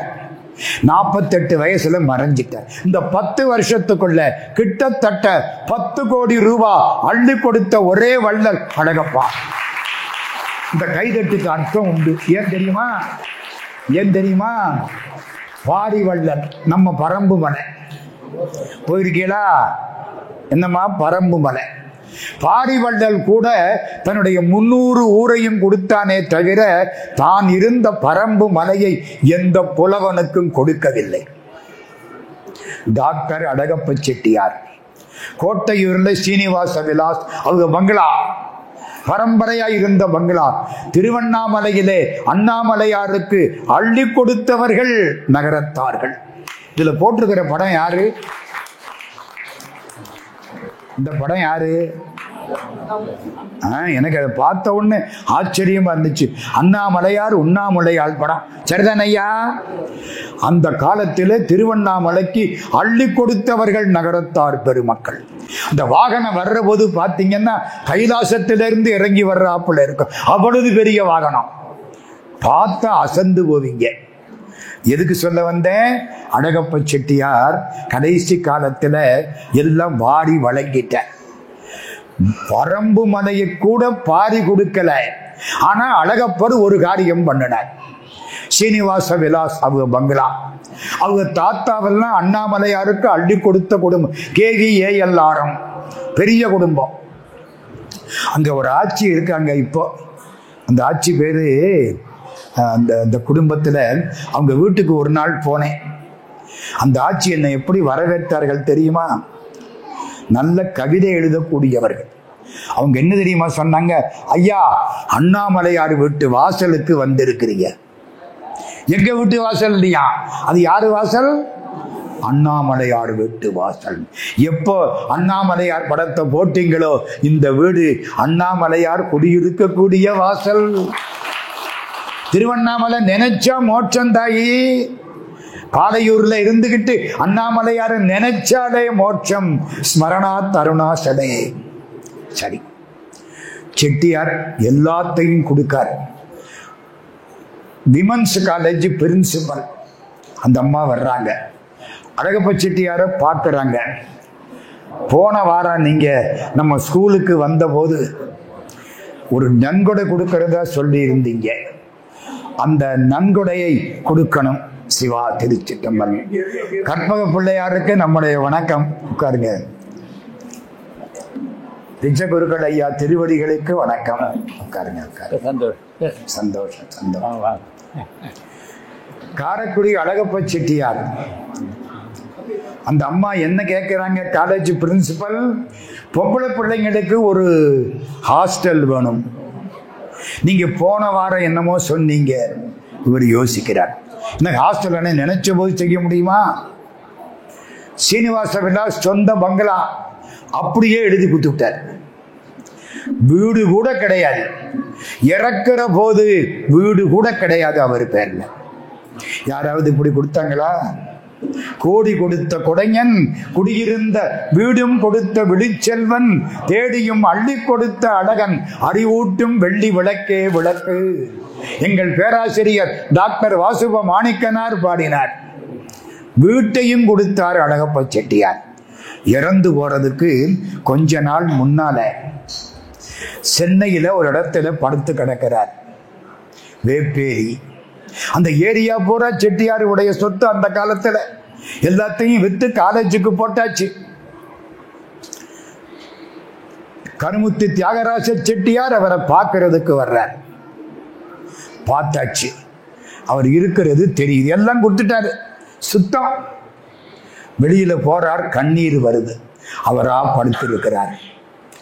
பக்கத்துல சிஎஸ் ராமாச்சாரின்னு ஒருத்தர், சீதாலட்சுமி மில்லு முதலாளி, அவர் இவருக்கு அசிஸ்டன்ட். அப்பா ராமாச்சாரி, இந்த செக்கை கொண்டு போய் அழகப்ப செட்டியார்கிட்ட கொடுக்கப்படாது, டேபிள்ல வச்சுட்டு வாங்க. அவரு கையில கொடுக்கறதுக்கு நமக்கு தகுதி இல்லை, டேபிள்ல வச்சுட்டு வாங்க. ஒரு செக்கு 7000 ரூபா. அந்த காலமா 1957 58 7000 ரூபா சும்மா இல்ல. ஒரு செக்கு ராமாச்சாரி கொண்டு விட்டு போறார். அழகப்பா படுத்து கிடக்கிறார், இப்படி பார்க்கிறார். அவர் செக்கை அப்படி எடுத்து டேபிள்ல வைக்கிறார். சிரிச்சுக்கிட்டாரு அழகப்பா. கொடுத்துட்டான் பழக்கம், வாங்கி பழக்கம் இல்லை. சிரிச்சுக்கிட்டார். இவர் வந்துட்டார், பேசாம படுத்திருந்தார். 10 நிமிஷம் வேப்பேரி கேர்ள்ஸ் ஹை ஸ்கூல் ஹெட்மிஸ்டரஸ் வர்றாங்க. ஐயா, போன வாரம் நம்ம கூட்டத்தில் நீங்க ஒரு நன்கொடை கொடுக்கறதா சொன்னீங்க, எப்ப? இப்ப அந்த செக்கை எடுங்க. எடுத்தார். என்ன பேர் போட்டிருக்கு? அழகப்ப செட்டியார். பின்னால கையெழுத்து போட்டார். இந்தாங்க. அதுவும் சரியா போச்சு. புரியுதா? இப்படி வாழ்ந்த ஒரே வள்ளல் டாக்டர் அழகப்பா. தனக்கென்று இல்லாமல் சம்பாதித்ததை உலகத்தாருக்கு கொடுத்த பெரிய வள்ளல் டாக்டர் அழகப்பா. நான் என்ன சொன்னேன்? 5 விஷயம் சொல்றேன்னு சொன்னேன். இப்பதான் ஒரு விஷயம் சொல்லி இருக்கேன். கற்பக பிள்ளையாருக்கு நம்முடைய வணக்கங்கள். உலகத்தில் எங்க போனாலும் கற்பக பிள்ளையார் பேரை சொல்லிட்டா எல்லாரும் என்ன கேட்பாங்க? பிச்சை குழுக்கள் இருக்கிற ஊரு தானே. அந்த அளவுக்கு புகழும் பெருமையும் தகுதியும் உள்ளவர்கள் ஐயாவுக்கு நம்முடைய வணக்கங்கள், வாழ்த்துக்கள். நான் மிச்சத்தை முடிச்சிடுறேன். இப்ப 2வது விஷயத்துக்கு போறேன், சரிதானா? மகாத்மா காந்தி லண்டனுக்கு போறார். இந்த காந்தின்னு ஒருத்தர் இருந்தார், தெரியுமோ? என்ன இப்ப நிலைமை அப்படி ஆகி போச்சு. இப்ப நேத்தி வந்தவன், முந்தானத்தி வந்தவன், இவங்க போட்டோ தான் வருதே தவிர காந்தியை எல்லாரும் மறந்துட்டான். நல்ல வேளையா நோட்ல இருக்காரு, இல்லாட்டி ரோட்ல தான் இருப்பார் அவர். நமக்கு ஞாபகம் வருது இல்ல மகாத்மா காந்தி. லண்டனுக்கு போறார், வட்ட மேஜை மகாநாடு. லண்டன்ல மகாராஜா 6ஆம் ஜார்ஜ் சக்கரவர்த்தி காந்தியை பார்க்கணும்னு ஆசைப்பட்டார். ரோமையன் ரோலண்டுன்னு ஒரு பெரிய மேதை, அவர் காந்திகிட்ட வர்றார். மகாத்மா காந்தி, என்ன, எங்க ராஜா உங்களை பார்க்க பிரியப்படுறார். சரி, நாளைக்கு நீங்க அவரை பார்க்கணும். சரி, ஆனால் ஒன்று, என்ன, நான் உங்க ராஜாவுக்காக அந்த யூனிஃபார்ம் ட்ரெஸ் எல்லாம் போட மாட்டேன். பேண்ட் கோட்டு அதுக்கு ஒரு ட்ரெஸ் இருக்கு தெரியுமா? ஆளை விட ட்ரெஸ் வெயிட்டா இருக்கும். அவன் சீதோஷ்ணத்துக்கு அவனுக்கு அந்த கோட்டு சரி, நமக்கு தாங்குமா? அந்த காலம் கோட்டெல்லாம் போட மாட்டேன். இதே மாதிரி ஒரு வேட்டி ஒரு துண்டு இப்படித்தான் போவேன். யாரு சொல்றா? யாரு சொல்றா? மகாத்மா காந்தி. 2 ஆடை. சரி, அங்க போற ராஜாவை கேட்கிறார். நம்ம பக்கிங்ஹாம் பேலஸ்ல, லண்டன்ல பக்கிங்ஹாம் பேலஸ்ன்னு ஒண்ணு, அதுக்கு வெளியே 2 காவக்காரங்க நிற்பாங்க. நான் போயிருந்தேன், ஒரு 15 நாள் அங்க தங்கி இருந்தேன். ஒருத்தர் என்னை கூட்டிக்கிட்டு போனார். அந்த வாசப்படியில 2 பேர் நிக்கிறான் சார், அசையாம நிக்கிறான். சாமி, அசையாம நீங்க போயிருப்பீங்க, நீங்க போகாத ஊரு கிடையாது. சாமி போகாத ஊரு கிடையாது. அப்படியே நிக்கிறேன் அசையாம. ஏன்டா அது என்ன பொம்மையா? இல்ல, இந்த மாறுற போது உங்களுக்கு தெரியும். மாறுற போது இவன் போறான், அவன் மாறுறான். அப்போட ஆமா, பொம்மை இல்லை. Buckingham palace. பேலஸ்ல சட்டம் என்ன தெரியுமா? உள்ள போய் ராஜாவை பார்க்கறதா இருந்தா இந்த ட்ரெஸ்ஸோட தான் பார்க்கணும். காந்தி மாட்டேன்ட்டார். ராஜா என்ன தெரியுமா சொன்னார்? மகாத்மா காந்தி வந்து விட்டு திரும்புற வரை பக்கிங்ஹாம் அரண்மனையினுடைய சட்ட திட்டங்கள் ஒத்தி வைக்கப்படுகின்றன. எப்படி இருக்கு? ஒரு அடிமை நாட்டுக்காரனுக்காக எல்லாம் ஒத்தி வைக்கப்படுகின்றன. இப்படியே போய் பார்த்துட்டார் ராஜாவை. 10 நிமிஷம் கொடுத்த ராஜா 1 மணி நேரம் பேசிவிட்டார் காந்திட்ட. வெளியில வந்தார். ரோமையன் ரோலண்டு கேட்டார், இந்த ஆடையோட போய்யா எங்க ராஜாவை பார்த்தீங்க? காந்தி சொன்னார், எனக்குன்னு சேர்த்து உங்க ராஜா நிறைய ட்ரெஸ் போட்டிருந்தாரே. அம்மா, புரியுதா புரியலையா? புரியல. எங்க நாட்டை சுரண்டி உங்க ஆளு ட்ரெஸ் போட்டிருக்காரு, நான் சுரண்டப்பட்ட நாட்டுக்காரன், நான் இப்படித்தானே இருக்க முடியும் அப்படிங்கிறது அர்த்தம். இருங்க, பக்கத்துல ஒருத்தர் வந்தார், சௌரிராஜன் பேர், திருச்சிக்காரர். TS ராஜன் சுருக்கமா சொல்லுவாங்க. இதெல்லாம் இன்னைக்கு யாருக்கும் தெரியவும் இல்லை, சொல்றதும் இல்லை. TS ராஜன் லண்டன்ல பெரிய ஆள். காந்தி கிட்ட வந்தார். காந்தி, நாளைக்கு மத்தியானம் நம்ம வீட்டுக்கு சாப்பிட வரணும். காந்தி சரின்னு ஒத்துக்கிட்டார். TS ராஜன் அருமையான சாப்பாடு தயார் பண்ணிவிட்டார். 50 பேருக்கு சாப்பாடு. லண்டன்ல உள்ள தமிழ் மக்களை எல்லாம் கூப்பிட்டார். 50 பேர் வந்து உட்கார்ந்துட்டாங்க. மறுநாள் மத்தியானம் 12:30 காந்தி 1 மணிக்கு வர்றேன்னு சொன்னாரு. 1 மணி காந்தியை காணோம். சொன்னா நேரப்படி வருவார், தாமதிக்க மாட்டார். காணோம். சௌரிராஜனுக்கு பதறுது, என்ன ஆச்சோ லண்டன்ல. சமயக்கட்டுல போய் சமையல் ஆயிடுச்சா பாப்போம் போற. சமயக்கட்டுல ஒரு ஐயர் பொறுப்பு, நல்லா சமைக்கிறவர். சாமி, சாப்பாடெல்லாம் ஆயிடுச்சா? எல்லாம் ஆயிடுச்சு. இந்த கத்திரிக்காய் மட்டும் எண்ணெய் கத்திரிக்காய் பண்றதுக்கு ஏற்பாடு பண்ணனே. ஒருத்தனை நறுக்க சொன்னேன், முட்டா பைய கையை வெட்டிக்கிட்டேன். அவனை ஆஸ்பத்திரிக்கு அனுப்பிச்சிட்டேன். கத்திரிக்காய் நறுக்கிறதுக்கு ஆள் கிடைக்குமான்னு பார்த்தேன். தெருவில் ஒருத்தர் ஒரு வேட்டியும் சட்டையும் போட்டுக்கிட்டு வந்துகிட்டு இருந்தாரு. ஏன்பா, உனக்கு கத்திரிக்காய் நறுக்க தெரியுமான்னு கேட்டேன். தெரியும்னாரு. கூப்பிட்டேன், உட்கார வச்சேன். நறுக்கிக்கிட்டு இருக்காரு. சும்மா சொல்லப்படாது, நல்லாவே நறுக்கிறாரு. அம்மா, புரியுதா புரியலையா? யாரு? கெட்டிக்காரங்க புரிஞ்சுக்கிட்டாங்க. இதுக்கு பேரு கற்பூர புத்தின்னு பேர். புரியுதா? சொன்ன உடனே புரிஞ்சுக்கிட்டா கற்பூர புத்தி. சொல்லி 4 முறை சொன்னதுக்கு அப்புறம் மண்டையில ஏறனா கரிப்புத்தி. கேட்டுவிட்டு என்ன பேசினாரு? என்னமோ பேசினாரு. என்ன அதான் தெரியல. இது கதலி புத்தி, வாழைத்தண்டு புத்தி. போயிட்டு போகுது, போங்க. என்ன சொன்னாரு? போய் பார்த்தா மகாத்மா காந்தி காய்கறி நறுக்கிறாரு. Chief guest. காலில் விழுந்துட்டாரு சௌரிராஜன். காந்தி, இது செய்யலாமா? என்ன தப்பு? தொழில என்ன கேவலம்? எந்த தொழிலும் நல்லது. தொழில் பண்ணாம சோம்பேறித்தனமா இருக்கிறது தான் கேவலம். செட்டி நாட்டுல சாப்பிடுற பிளேட்டுக்கு என்னம்மா பேரு? சாப்பிடுற பிளேட்டுக்கு என்ன பேரு? வட்டி.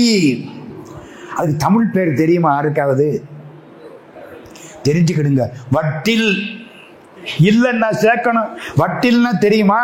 சாமி, ஸ்ரீரங்கத்துல சாமிக்கு படைகள் பண்ணுவாங்கல்ல, அந்த பாத்திரத்துக்கு வட்டில்னு பேர். வட்டில். அது குறைஞ்சு வட்டின்னு ஆகிப்போச்சு.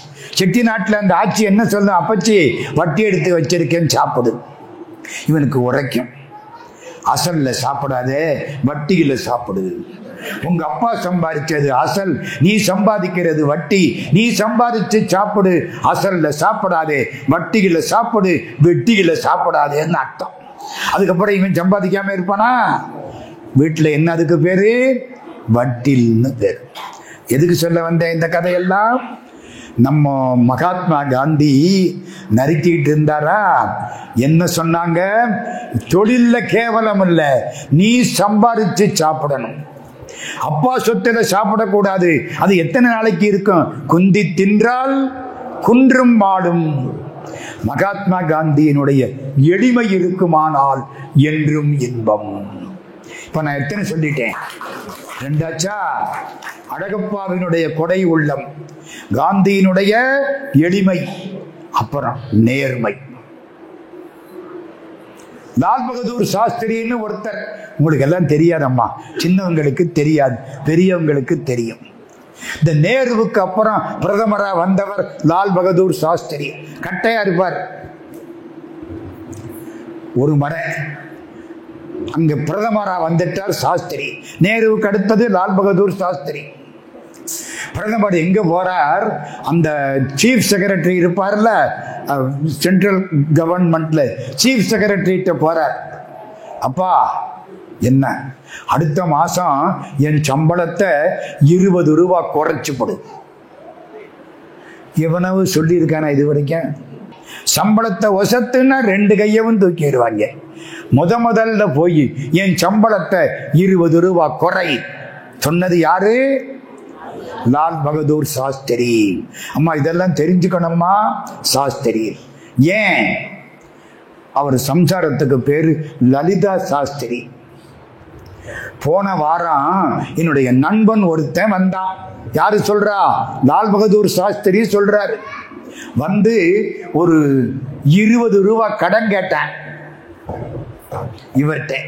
20 ரூபா, நாட் 20,000, மியர் 20. 20 ரூபா கடன் கேட்டான். என்கிட்ட பணம் இல்லை. இல்லடா கொடுக்க முடியலன்னு. என் சம்சாரம் வந்தா 20 ரூபா கொடுத்துட்டான். அவளை பார்த்தேன். அதுபடி உனக்கு எப்படி 20 ரூபா வந்துச்சு?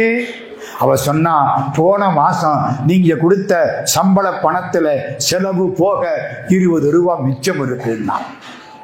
ஒரு பிரதம மந்திரி தன்னுடைய செலவுக்குத்தான் அரசாங்கத்தில் சம்பளம் வாங்க வேண்டுமே தவிர அதற்கு மேல் வாங்கினால் அது கொள்ளை.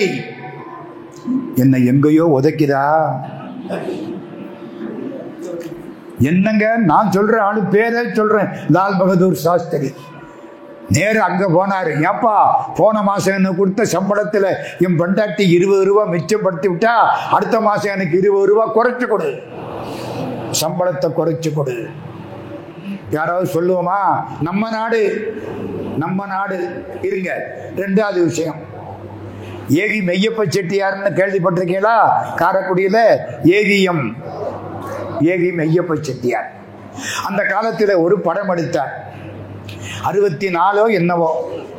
அந்த படத்துக்கு கிராமபோன் ரெக்கார்டு அப்பவெல்லாம் அதானே வெளியிட்டாங்க. டெல்லியில வெளியிட்டாங்க. வெளியிட்டது யாரு தெரியுமா? லால் பகதூர் சாஸ்திரியினுடைய மனைவி லலிதா சாஸ்திரி. வெளியீடு முடிஞ்சது. மெய்யப்ப செட்டியார் பெரிய பட்டு புடவை, அந்த காலத்தில் 10,000. அருமையான பட்டு, காஞ்சிபுரம் பட்டு, வெயிட்டா இருக்கும். இன்னைக்கு 50,000 கொடுத்து பட்டு புடவை வாங்கிக்கிட்டு குனிஞ்சோம்னா பட்டுன்னு விட்டு போயிடும். அந்த காலம் அருமையான பட்டு புடவை, வெயிட்டா இருக்கும். வாங்கிட்டு வந்து பிரசன்ட் பண்ணிவிட்டார். யாருக்கு? லலிதா சாஸ்திரிக்கு. அந்த அம்மா வாங்கிட்டு போயிட்டாங்க. ராத்திரி 8 மணிக்கு இவர் இருந்த ஹோட்டல் ரூம் கதவு தட்டப்படுகிறது. மெய்யப்ப செட்டியார் கதவை திறக்கிறார். ஒரு பியூன் நிற்கிறான். இது அம்மா கொடுத்துட்டு வர சொன்னாங்க, பட்டு புடவை. ஒரு லெட்டர். என்ன லெட்டர்? நான் பிரதம மந்திரியின் மனைவி, எந்த அன்பளிப்பையும் வாங்கிக் கொள்ளக்கூடாது. உங்களிடமிருந்து நீங்கள் பெரியவர் என்பதால் மரியாதைக்காக வாங்கிக் கொண்டேன். திருப்பி அனுப்பி இருக்கிறேன், மன்னிக்கவும். நன்றி, லலிதா சாஸ்திரி. அந்த அம்மாவுக்கு கையை தட்டணுமா இல்லையா? என்னமா இத்தனை பொம்பளைங்க உட்கார்ந்து இருக்கிறீங்க, அந்த அம்மாவுக்கு கையை தட்டாம என்ன நாங்களா தட்டுவோம்? அநியாயமா இருக்கு. மெய் மறந்துட்டாங்களா? நல்ல வேலை போங்க, பரவாயில்ல. புரியுதம்மா? சொன்னது யாரு? நம்ம வீட்டுக்காரியா இருந்தா சொல்லுவாளா? நம்ம இந்தியா சார், இந்தியா இந்தியா. இருங்க, 3வது விஷயத்துக்கு வரேன். டெல்லியில ஒரு கல்லூரியில ஒரு முதல்வர். இந்த பையன்கள்லாம் சேர்றதுக்கு விண்ணப்பம் அனுப்பிச்சிருக்காங்க. ஒரு பையனுடைய விண்ணப்பத்தில் அட்ரஸ் போட்டிருக்கு. பையன் பேரு கீழே, அப்பா பெயர் எல்பி சாஸ்திரி. என்ன? எல்பி சாஸ்திரி. அப்பாவுடைய முகவரி பிரதம மந்திரியினுடைய முகவரி. பிரின்சிபலுக்கு ஒன்றும் சொல்லு. யாராவன்? இந்த பையனை கூப்பிடு.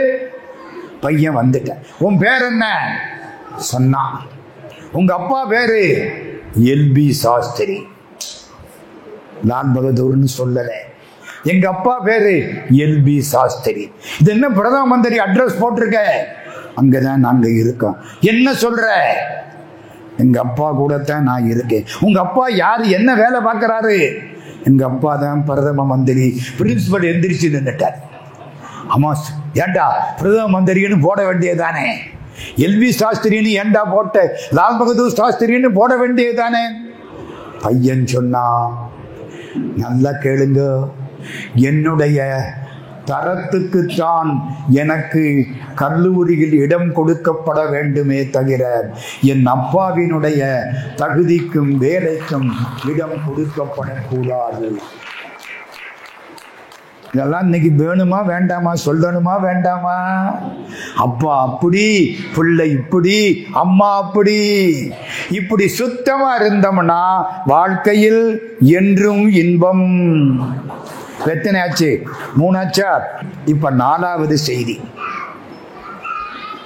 திருவையாறுன்னு ஒரு ஊர். யார் யாரு போயிருக்கீங்க? கையை தூக்குங்க. போகணுமா இல்லையா? என்னம்மா காரைக்குடியவும் கண்டனூரையும் சுத்தி என்ன பண்றது? போயிருக்கிய. திருவையாத்துல சிவபெருமானுக்கு என்ன பேரு?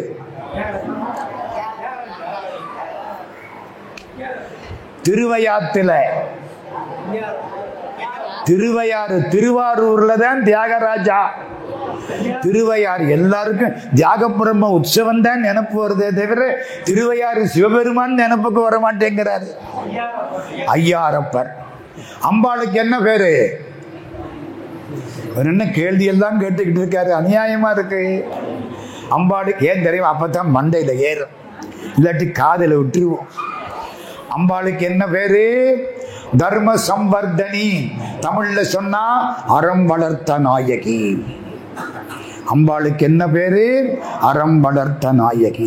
அந்த ஊருக்கு திருப்பணி பண்ணினவங்க தேவகோட்டை செட்டியார்கள்.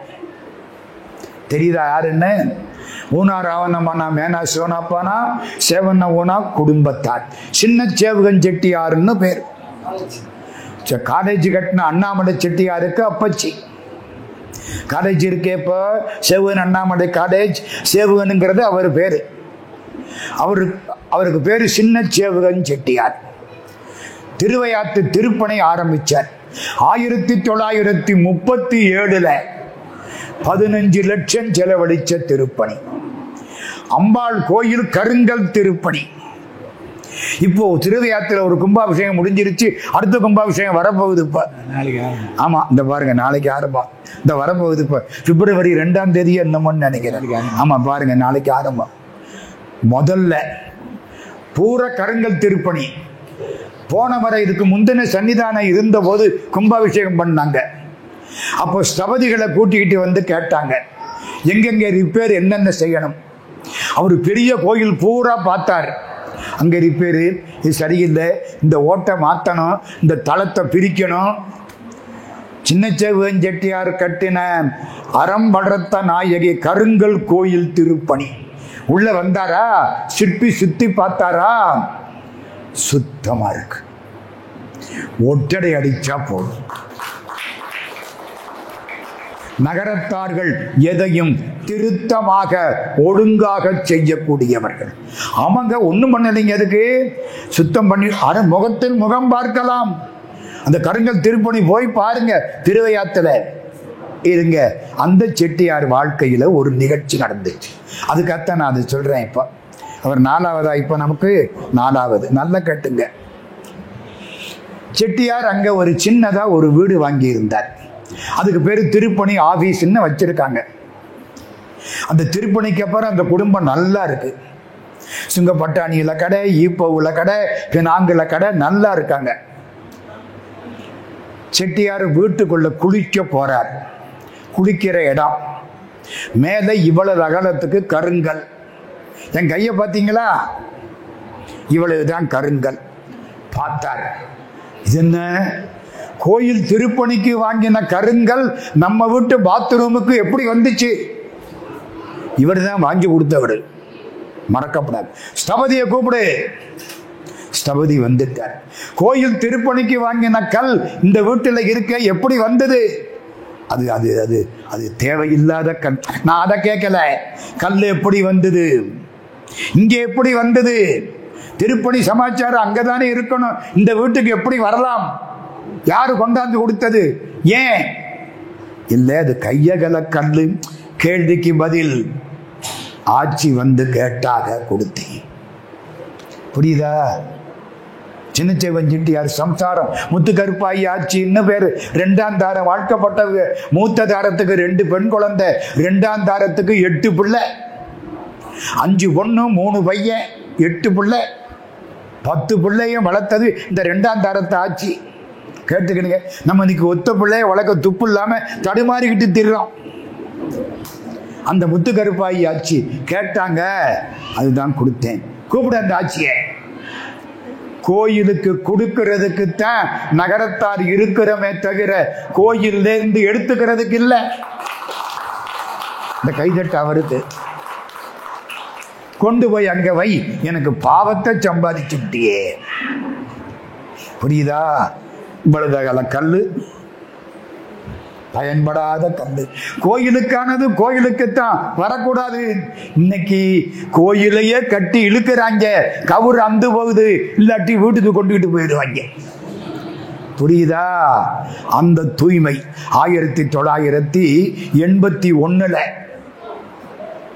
மதுரையில 5ஆம் உலகத்தமிழ் மகாநாடு எம்ஜிஆர் நடத்துறார். அங்கே ஒரு போட்டி பரிசளிப்பு. ஒருத்தருக்கு பொற்கிளி பரிசு கொடுத்தாங்க. ஒரு 4001 ரூபாய். அப்ப ஒரு முடிச்சு அவர் அதை வாங்கி வச்சுக்கிட்டார். எல்லாரும் கோயிலுக்குள்ள போறாங்க. வி.என். சிதம்பரம் செட்டியார் ராங்கியம், அவர் தான் அப்ப ட்ரஸ்ட் போர்டு தலைவர். உள்ள கூட்டிக்கிட்டு போறார். கவியரசு கண்ணதாசன் பக்கத்துல போறார். நாங்கள்லாம் பின்னால போறோம். சிவலிங்க பெருமான் சந்நிதி. ஒரு அர்ச்சகர் வந்து விபூதி கொடுத்தார். எந்த வருஷம்? 1981. அப்ப இந்த வீடியோவெல்லாம் கிடையாதுங்க. பெரிய ஆச்சரியம். இப்ப நமக்கே தெரியாம படம் எடுத்து விடுறாங்க. எடுத்து விடுறாங்களா இல்லையா? அந்த காலம். அப்பதான் அது வந்த காலம். ஒருத்தர் அங்கிருந்து வீடியோ படம் எடுக்கிறார். இந்த அர்ச்சகருக்கு சந்தோஷம். கண்ணதாசனோட நம்மளையும் படம் எடுத்திருக்காரு. தூரத்துல ஒரு அர்ச்சகர் நின்னார். ஐயோ, நம்ம போய் நிக்கலையே, போச்சே. நாளைக்கு வீட்டுக்காரி கேட்பாளே, அங்க போயுமா தனியா நின்னு கேட்பாளே. ஓடி வந்தார். ஒரு தாம்பாளத்துல விபூதி வச்சார். எடுத்துக்கிட்டு வந்தார். கொடுத்தா அது ஒரு ரெக்கார்ட் ஆகுமா இல்லையா? கொண்டு வந்தாரா? கண்ணதாசன் வந்தாரா? விபூதி கொடுத்தாரா? கண்ணதாசன் சொன்னார், முந்தியே வாங்கிக்கிட்டேன். பக்கத்தில் வி.என். சிதம்பரம் செட்டியார் தெரியுமல்ல, கமலா தியேட்டர்ஸ். அண்ணே, சும்மா வாங்கிக்கிடுங்க. இல்ல, சிவன் சொத்து ஒரு முறைக்கு மேல வாங்கக்கூடாது.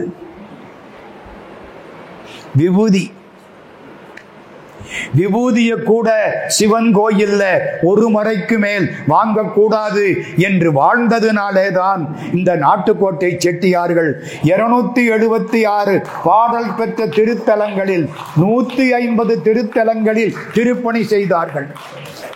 புரியுதா? கோயிலுக்கு போனா பிரசாதத்தை கூட சாப்பிட்டு வந்துடணுமே தவிர தூண்ல துடைக்கப்படாது, வீட்டுக்கு கொண்டு வரப்படாது. புரியுதா? செட்டியார் என்ன சொன்னார்? கருங்கல் திருப்பணியை கோயிலுக்கு கொடு, நம்ம எடுத்துக்கப்பட. இந்த தூய்மையோடு வாழ்ந்தோமே ஆனால் என்றும் இன்பம். இப்ப என்ன? இப்ப 4 ஆச்சா? அப்பாடா, பரவாயில்ல, நெருக்கி வந்துட்டோம். 5வது. வாழ்க்கையில எப்பவும் சிரிச்சுக்கிட்டே இருக்கணும். அம்மா, கவலை இல்லாத மனுஷன் யாரு இருக்கா சொல்லுங்க? யாராவது உண்டா? என்னம்மா? கிடையாது. சோத்துக்கு உப்பு இல்லைன்னு கவலை, அவனுக்கு பாயாசத்துக்கு ஜீனி இல்லைன்னு கவலை. கவலை ஒண்ணுதானே. கவலைப்படாத மனுஷன் 2 பேர் தான் உலகத்துல. யாரு?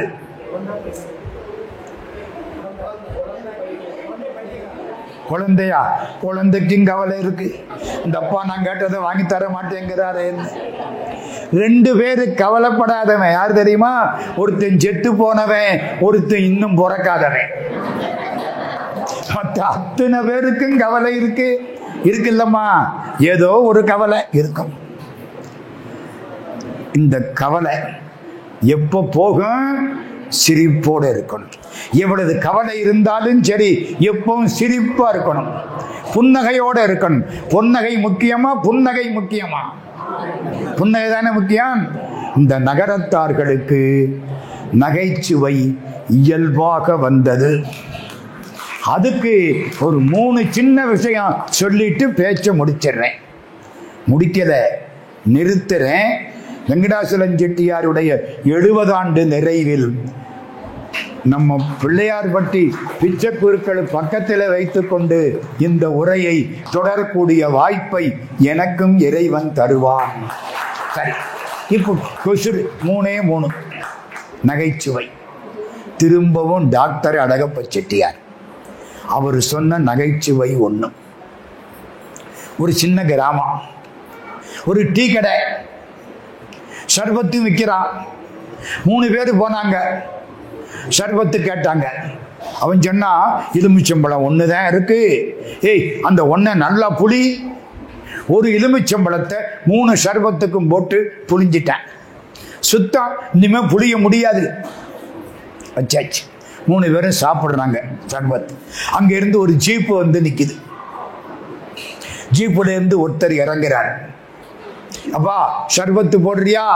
சாமி, சர்பத்து இருக்கு, எலுமிச்சம்பழம் தான் கிடையாது. இந்த இருக்குல்ல, அது புளிஞ்சது, இனிமே புளிய முடியாது. குடு, நான் புளிகிறேன். என்னடா அது, புளிய முடியாத எலுமிச்சம்பழத்தை புளிகிறாரா? வாங்கினாரா? 10 சொட்டு வந்துருச்சு புளிஞ்சதுல. அடேங்கப்பா, புளிய முடியாத இடத்துல இப்படி புளியுறீங்களே, நீங்க யாரு? நான் இன்கம் டாக்ஸ் ஆபீசர். புரியுதா? இது யாரு சொன்னது? டாக்டர் அழகப்பா. இன்னொன்னு சொன்னார். நான் அவர் கையில அந்த காலத்துல ஒரு பேனா பரிசு வாங்கினேம்மா. 8ஆம் கிளாஸ் படித்த போது எங்க ஊர்ல எனக்கு முதல் பரிசு டாக்டர் அழகப்பா. அப்பா அவரை பத்தி எல்லாம் எனக்கு தெரியாது. நான் சின்ன பையன், பேனாத்தான் பெருசா தெரிஞ்சிச்சு. எழுதி உடைச்சு தொலைச்சுட்டேன். அப்புறம்தான் புரிஞ்சது இவர் கையில பேனா கிடைச்சிருக்கேன். முத நான் வாங்கின பரிசு அந்த பேனா தான். அதுக்கப்புறம் உலகம் பூரா இன்னைக்கு நிறைய கிடைச்சிருக்கு. சரி, இன்னொன்னு சொன்னார். என்ன தெரியுமா? ரொம்ப சுருக்கமா சொல்லிவிடுற, நேரம் கிடையாது. உனக்கு வியாதி வந்தா டாக்டர் கிட்ட போ. சரி, டாக்டர் பொழைக்கணும். டாக்டர் மருந்து சீட்டு எழுதி கொடுப்பார். மருந்து வாங்கு. ஏன்? மருந்து கடைக்காரன் பொழைக்கணும். மருந்து சாப்பிடாதே. ஏன்? நீ பொழைக்கணும். டாக்டர் அழகப்பாங்க எத்தனைங்கிறீங்க? பண்டிதமணி கதிரேசர் செட்டியார். நான் அநேகமா இதுக்குள்ளே நிக்கிறேன் சாமி, வெளியில போகல. பண்டிதமணி கதிரேசர் செட்டியார் கேள்விப்பட்டிருக்கீங்களா? ஏன் அவர் இங்க சொல்றேன்னு தெரியுமா? வெங்கடாசலம் செட்டியார் எந்த கோயிலோ பண்டிதமணி அந்த கோயில். எந்த கோயில்? வைரவங்கோயில். மறக்காதீங்க, பண்டிதமணி வைரவங்கோயில். ஒரு வீட்டுக்கு போனார். அந்த அம்மாவுக்கு ரொம்ப பிரியம். இவ்வளவு பெரிய டம்ளர். அந்த காலத்தில் செட்டிநாட்டு டம்ளர் இப்படி இருக்கும். இன்னைக்கு நம்ம வெளியில போய் ஹோட்டல்ல காப்பி கட்ட முட்டு தர்றேன். அதுல கீழே, அந்த கீழே இருக்கிற அந்த மூடி இருக்கு பாருங்க, அது அங்க இல்ல, நடுவுல இருக்கு. புரியுதா புரியலையா? ஒரு வாய் ஆனா காணாம போயிருது. அவ்வளவு கெட்டிக்காரத்தனம். இது இவ்வளவு பெரிய டம்ளர். அந்த ஆட்சி பால் கொடுத்தது. பண்டிதமணி வாங்குறார். குடிக்கல. என்ன? ஒண்ணுமில்ல, பார்க்கடலில் சீனிவாசன் பள்ளி கொண்டிருக்கிறான். புரியுதா புரியலையா? எறும்பு சீனியில வாசம் பண்றது, அதனால அதுக்கு பேரு சீனிவாசன். பார்க்கடல், நீ கொடுத்த பால் கடல் அளவுக்கு இருக்கு, அதுல எறும்பு விழுந்துருச்சு. பார்க்கடலில் சீனிவாசன் பள்ளி கொண்டிருக்கிறான். ஆமா, பார்க்கடல தானே சீனிவாசன் பள்ளி கொண்டிருப்பாரு. அந்த ஆட்சிக்கு புரிஞ்சு போச்சு. மன்னிச்சுக்கிடுங்க, வாங்கிட்டு போயிடுச்சு. இது நகைச்சுவை. இன்னொன்னு சொல்லவா? இப்ப நம்ம VN சிதம்பரம் செட்டியார், அவங்க ஐயா மகா கெட்டிக்காரர். இந்த சொத்தெல்லாம் அவர் சம்பாதிச்சது. ஒரு டிரைவர் வச்சிருந்தார். அந்த காலத்து காருங்க ரொம்ப ரேர். கார்ல டிரைவர் விரட்டிக்கிட்டு ஓட்டுறான். இவரும் சொல்லி சொல்லி பார்த்தாரு, முடியல. அப்பா, ஒண்ணுக்கு போகணும்னாரு. காரை நிறுத்திட்டார். ஒண்ணுக்கு போனாரு. போயிட்டு வந்தாரு. நீ கார்ல போ, உனக்கு என்னமோ அவசரம் போல இருக்கு, ரொம்ப அவசரமா போறேன், நீ போ, நான் பஸ்ல வரேன். என்னவா அவன் அரண்டு போவானா மாட்டானா? இது நமக்கு எப்பவும் வேணும். நகைச்சுவை வேணுமா இல்லையா? அவன் அரண்டே போறான், சாமி நான் இனிமே ஒழுங்கா ஓட்டுறேன். மெட்ராஸில் பவளக்கார தெரு, கோரல் மெர்ச்சன்ட் ஸ்ட்ரீட், அதில் முதலாவது கட்டடம் காசி நாட்டுக்கோட்டை நகர சத்திரம் இருக்கா. அங்க ஒரு செட்டியாரு அந்த காலத்துல கைத்து கட்டளை போட்டு படுத்து கிடந்தாரு. வெளியில ஒருத்தன் குத்தி விட்டாங்க, சண்டை, கோர்ட்டுக்கு போயிடுச்சு கேஸ். அவன் சொன்னான் குத்து வாங்கினவன் செட்டியார் தான் பார்த்தாருன்ட்டான். இவரு பாவம் அப்புறானியா படுத்து கிடந்தாரு. கொண்டே ஏத்தி விட்டாங்க கோர்ட்டுல. ஜட்ஜு கேட்கிறான், யாரு யார குத்துனான்? அவன் குத்துனான்னு சொன்னா இவன் குத்திருவான். கெட்டிக்கார செட்டியார். நல்லா கேளுங்க, ஒருத்தன் குத்திக்கிட்டாங்க. சரியா வச்சா? ஜட்ஜு இப்ப அடுத்த கேள்வி போட்டான், ஏன் நீங்க தடுக்காம இருந்தீங்க? நல்லா கேக்குறீங்க. செட்டியார் தமிழ்ல பேசுறார், ஜட்ஜு வெள்ளக்காரன், நடுவுல ஒருத்தன் மொழிபெயர்க்கிறார், டிரான்ஸ்லேட்டர், மறக்கப்படாது. செட்டியார் இப்போ ஒன்று சொன்னார் இல்ல, டிரான்ஸ்லேட்டருக்கு கைகால் அடிப்போச்சு. எது எது எந்தெந்த காலத்துல எப்படி எப்படி நடக்கணுமோ அது அது அந்தந்த காலத்துல அப்படித்தான் நடக்கும். அதனால நான் தடுக்கல. இப்போ சார் இங்கிலீஷ் படிச்சவ இருக்கல, கமான் டிரான்ஸ்லேட் இட். எது எது எந்தெந்த காலத்துல எப்படி எப்படி நடக்கணுமோ அது அது அந்தந்த காலத்துல அப்படி நடக்கும். இவன் வாட்டுங்கிறான். நீதிபதி அங்க இருந்து வாட்டுன்னு அவனை வாட்டுறாரு. அவனால டிரான்ஸ்லேட் பண்ண முடியல. செட்டியார் மாட்டி விட்டுட்டாரு. கெட்டிக்காரன் அடிச்சாம் பாருங்க. What things at what times ஹேப்பனோ, that things at that times happen. தமிழும் இல்ல, இங்கிலீஷும் இல்ல, தமிங்கிலம். எப்படி தமிழ் பிளஸ் ஆங்கிலம், தமிங்கிலம். அவன் அரண்டே போன ஒரு செட்டியார் சுத்தி விட்டாரு. இதெல்லாம் நகைச்சுவை. நகரத்தார்களுக்கு இது இயல்பாக உள்ளது. இந்த ஆட்சிமாரை பத்தி ஒன்னே ஒன்று சொல்லிடவா? சொல்லணுமா இல்லையா? இவங்கெல்லாம் அந்த காலத்துல வெளிநாட்டுல போய் சம்பாதிச்ச பொழுது அந்த குடும்பத்தை வச்சு காப்பாத்தி எல்லாத்தையும் ஒழுங்கா பார்த்துக்கிட்டது அந்த ஆட்சி தான். இல்லைன்னா நிம்மதியா இருக்க முடியாது. 3 வருஷம் கழிச்சுதான் ஐயா வருவாரு. ஒரு கட்டு கட்டுவாங்க வீட்டுல. அப்புறம் 3 வருஷம் கொண்டு வைக்க போயிடுவாரு. அப்புறம் அடுத்த கட்டு கட்டுவாங்க, 2ஆம் கட்டு, 3ஆம் கட்டு. 3 வருஷத்துக்கு ஒரு பிள்ளை. அம்மா 3 வருஷம் கழிச்சு தானே ஐயா வருவாரு. இப்படி வேடிக்கை. ஒரு நாள் செட்டியார் அன்னைக்கு வந்துட்டார். 6 வருஷம் ஒரேடியா கொண்டு வச்சார். 6 வருஷம் கழிச்சு வந்துட்டாரு. வந்து உட்கார்ந்த கணக்கு பார்த்துக்கிட்டு இருக்காரு. பொண்டாட்டியை பார்க்க வேண்டாம், ஏம்மா 6 வருஷம் அந்த ஆட்சி இங்க மனசுக்குள்ளே நினைச்சுக்கிட்டு இருக்கு. 6 வருஷம் கணக்கை பார்த்துக்கிட்டு உட்கார்ந்து இருக்காரு. அவர் போற போது வயிற்றுல பிள்ளை. 1 வருஷம் கழிச்சு அந்த பையன் பிறந்துட்டான். இப்ப இங்கிட்டு ஒரு 4-5 வருஷம் ஆச்சு அவனுக்கு. அவனை தூக்கி தொட்டியில போட்டுச்சு இந்த ஆட்சி. தொட்டி அருந்து போயிடாம கிள்ளி விட்டுருச்சு. பைய கத்த ஆரம்பிச்சான். ஆட்சி தாலாட்ட ஆரம்பிச்சிருச்சு. செட்டியாருக்கு தமிழ்னா ரொம்ப பிடிக்கும். ஆட்சி தாலாட்டு பாடுது. ஆறடித்தார் ஏன் அழுதாய். அந்த காலத்துல தாலாட்டு உண்டு தெரியுமா? இப்ப கிடையாது, போச்சு. இப்போ டேப்பை தட்டி விட்டுறாங்க. நான் பிறந்த காரணத்தை நானே அறியும் முன்பு ஏன் வந்து நீ பிறந்தாய் என் செல்ல மகனே. அந்த பைய கீழே இறங்கி அம்மா டேப்பை ஆஃப் பண்ண, நான் தூங்கிடுறேன். அந்த காலம் அருமையான தாலாட்டு. ஆட்சி தாலாட்டு. ஆறடித்தார் ஏன் அழுதாய், அடித்தாரை சொல்லி அழு, அடித்தாரை சொல்லி அழு, ஆக்கினைகள் செய்திடுவோம். மாமன் அடித்தானோ மல்லிகை பூம் பந்தாலே, அத்தை அடித்தாளோ அலறி பூ செண்டாலே. அம்மா புரியுதா புரியலையா? அத்தை அலறிப்பூவால அடிப்பாளாம். அத்தை அலறிப்பூவால அடிப்பாளாம். மாமன் மல்லிகைப்பூவால மெதுவா அடிப்பானாம். அலறிப்பூ வலிக்கும், மல்லிகைப்பூ வலிக்காது. மாமன் இவளுக்கு அண்ணன் மெதுவா அடிச்சானா. அத்தை அவருக்கு அக்கா அலறிப்பூவால அடிச்சாலாம். அங்கே தீர்மானம் ஆயிடுச்சு. அத்தை அடித்தாலோ அலறிப்பூ செண்டாதே, மாமன் அடித்தானோ மல்லிகை பூம் வந்தாதே, ஆறும் அடிக்கவில்லை ஐவிரதும் தீண்டவில்லை. செட்டியார் கணக்கு எழுதுறதை நிறுத்திவிட்டார். பாட்டு நல்லா இருக்கு. தமிழ் இழுத்துரும், தமிழ் இழுத்துரும். செட்டியார் தமிழ்ல ஈடுபட்டாரா? பாட்டு ரொம்ப நல்லா இருக்கு. எழுதுனதை நிறுத்தி விட்டார். இது என்ன சொல்றார்? ஆறும் அடிக்கவில்லை ஐவிரலும் தீண்டவில்லை. ஏன் அழுறான்? தானால் அழுகிறான். செட்டியார் நிமிர்ந்தார்.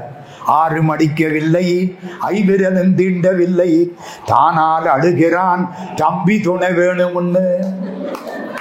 புரிஞ்சா சரி. புரிய வேண்டிய செட்டியாருக்கு புரிஞ்சிருச்சு. புரியுதா? சொல்ல வேண்டியது எவ்வளவு நாசூக்கா, எவ்வளவு கெட்டிக்காரத்தனமா சொன்னதுனாலதான் அந்த ஆட்சிமார்கள் இந்த சமுதாயத்தை காப்பாற்றினார்கள்.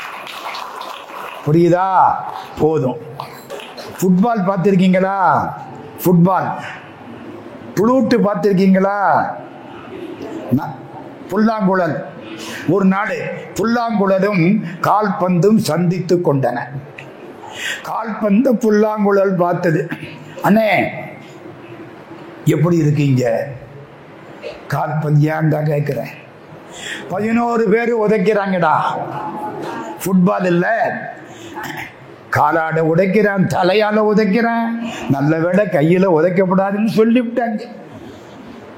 11 பேர், இங்கிட்டு 11 அங்கிட்டு 11 மாத்தி மாத்தி உதைக்கிறாங்க. தம்பி புல்லாங்குழல், உன்னை எல்லோரும் மதிக்கிறார்கள், என்னை எல்லோரும் மிதிக்கிறார்கள். ஏண்டா இப்படி? நீயும் காற்றத்தான் வச்சிருக்க, நானும் காற்றத்தான் வச்சிருக்கேன். ஏன் உன்னை மதிக்கிறார்கள், என்னை மிதிக்கிறார்கள்? புல்லாங்குழல் சொன்னது, அண்ணே எனக்குள்ளே உள்ள காற்றை நான் சரிகமபதனி என்று 7 துவாரங்களின் வழியாக உலகத்துக்கெல்லாம் கொடுக்கிறேன். என்னை மதிக்கிறார்கள், நீங்கள் காற்றை உள்ளே வைத்து பூட்டி விட்டீர்கள், மிதிக்கிறார்கள். புரியுதா? புரியலையா? பூட்டுனா மிதிப்பார்கள், கொடுத்தால் மதிப்பார்கள். இருந்து கேட்ட எல்லோருக்கும் நன்றி. ரொம்ப முக்கியமா தாய் குலத்துக்கு நன்றி. ஏன்? அமெரிக்காவில் நயகரான்னு ஒரு நீர்வீழ்ச்சி. நான் போனேன், நனைஞ்சு தொப்பலா போயிட்டேன். கொட்டுது, அப்படி கொட்டுது. இந்த பக்கம் அமெரிக்கா, அந்த பக்கம் கனடா. கனடாவிலேருந்து வர்றவங்களும் வர்றாங்க, அமெரிக்காவிலேருந்து போறவங்களும் போறாங்க. நம்ம போட்ல போனோம்னா நனைஞ்சு போயிடுவோம். நயகரா நீர்வீழ்ச்சி. நம்ம கல்கி ராஜேந்திரன், கல்கின்னு தெரியுமா? கல்கி பத்திரிகை ஆசிரியர். பொன்னியின் செல்வன் தெரியுமா? அதை சொல்லுங்க. அதை எழுதுன கல்கி கிருஷ்ணமூர்த்தி. பொண்டாட்டி பேரு கல்யாணி, அவர் பேரு கிருஷ்ணமூர்த்தி. ரெண்டையும் சேர்த்து கல்கின்னு பேரு வச்சுக்கிட்டாரு. அவர் அமெரிக்காவுக்கு போனார், நயகராவுக்கு போனாரு. 4 பெண்களை கூட்டிக்கிட்டு போயிட்டார். நயகரா நீர்வீழ்ச்சி சத்தமே கேட்கல. கூட வந்தவரை கேட்டாரு, என்ன நயகரா நீர்வீழ்ச்சி சத்தமே கேட்கலையே? அது சத்தம் போடுது, நீங்க கூட்டி அந்த 4 பெண்களும் பேசின பேச்சுல அந்த ஒலி அடங்கி போச்சுன்னாரா. புரியுதா? அப்படி பேசாமல் இருந்து கேட்டமைக்காக தாய் குலத்துக்கு நன்றி. எல்லாருக்கும் நன்றி கூறி எல்லாருக்கும் நம்முடைய மனங்கனிந்த வாழ்த்துக்களை தெரிவித்து